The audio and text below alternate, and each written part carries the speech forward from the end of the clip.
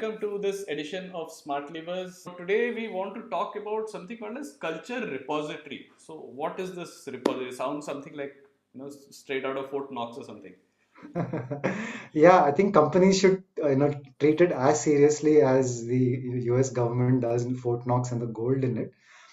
Essentially, if you are serious about your culture, then everything related to it is something that you live each day. So you are producing interactions, you're talking to someone about culture, you're telling a newcomer about culture, you run a meeting and it exposes your culture to, especially to someone who's new to it.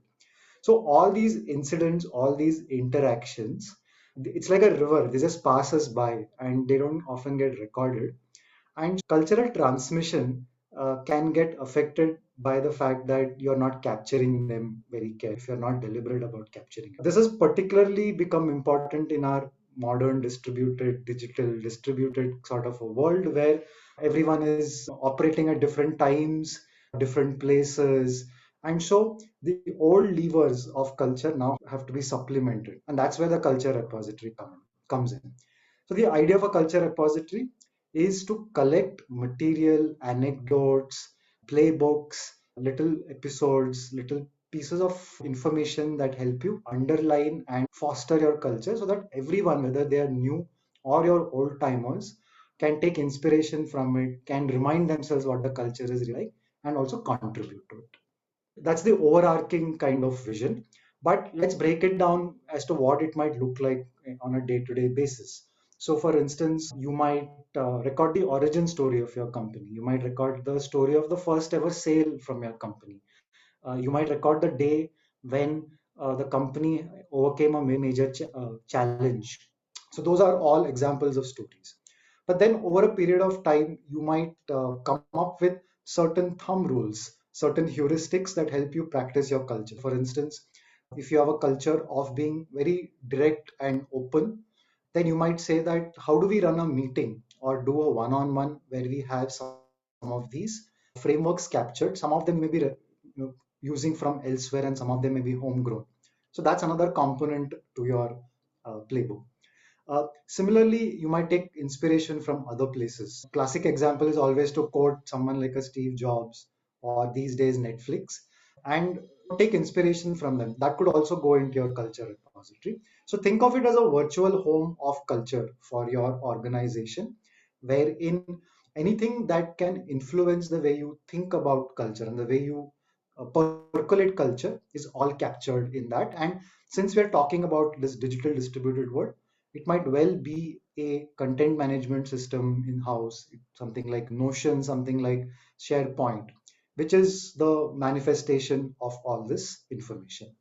Good that you mentioned this virtual home of the company, because companies have used things like SharePoint and intranet site for a long time. Would you consider them as a culture repository? Only by accident. A lot of them had everyday information like how do you apply for leave and how do you get a expense reimbursed. So those kinds of things are not what we are talking about when it comes to culture. So you could take that same repository and transplant it to some other similar sized organization, and it would hardly cause anyone to look twice. Whereas you couldn't do that with your cultural repository, right? So it's very unique to you. And so the kinds of things that you will find on it is almost like your little piece of the internet, wherein you could think of it as people talking about everyday experiences of what it is to work in this place, people celebrating, recognizing each other. So anything that reflects your culture, anything that is meant to influence your culture, is something that will find place in this virtual home. And if you think that your leave application process is a reflection of your culture, as it has been in many places like again Netflix, then it must be part of this culture repository. Yeah, I think that's a great way of putting it. If you are aiming to be a bureaucratic company, then yes, that is how you should be thinking about it. Next question. Most of our uplevelers are leaders who are thinking about upleveling their teams and how to scale culture within their teams. In some cases, there may be a very strong culture manifesto kind of a thing already articulated, documented in the company headquarters, but these are people who are trying to scale it within their smaller teams. So, in use cases like these, how do you think the culture repository fits in? So you spoke about a critical word called scale, which is that earlier it was easier to scale when you had a controlled environment like a physical site. But now with everyone bringing their own environments to work, how do you really scale culture? And that's where the repository comes in, because by now most companies have some kind of their own metaverse, if you were to just call it that. The idea that there is a virtual home that is being built up ground up. Some people may say, can we do this with Slack or Teams, because we've already invested in that infrastructure? The answer is not entirely, because that is meant more for communication, and it's like that river metaphor. Things just get swept into the past, and who's going to go back and look for it? So your virtual home has these characteristics that it is accessible to everyone.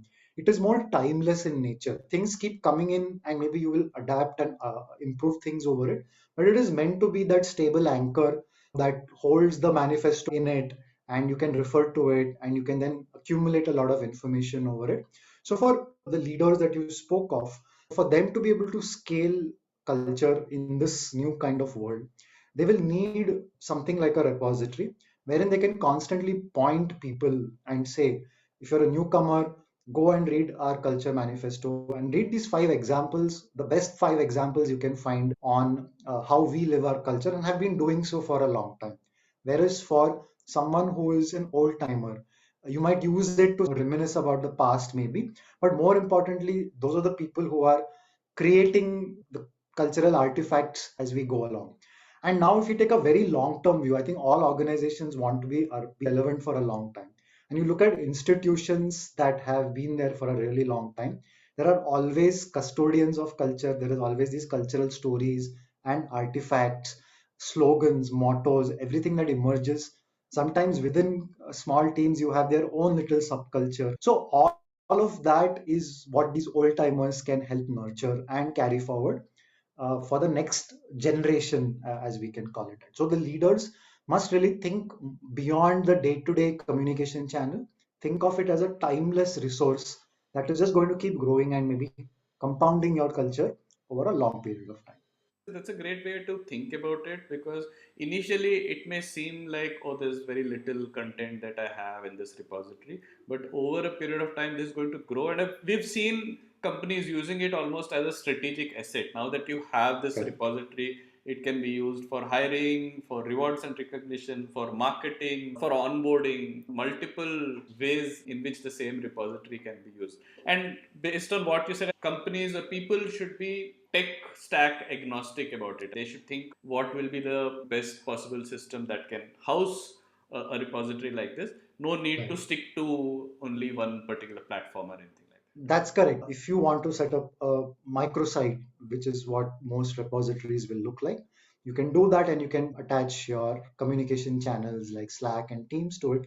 Yes, it's not just the fact that people think there's very little content, they also think there's a lot of work, that. Right. but it's paradoxical. But by now, it's fairly easy to set up a microsite, and all it needs is a little bit of dedicated effort in the beginning, and you're going to think of it as a everlasting, ever growing resource. Yeah, and this is not supposed to be a sales pitch, but yes, if at all you need external help, we're always there. So, on that note, Ramana, thanks a lot for this short discussion that we had on Culture Repository. Thank you.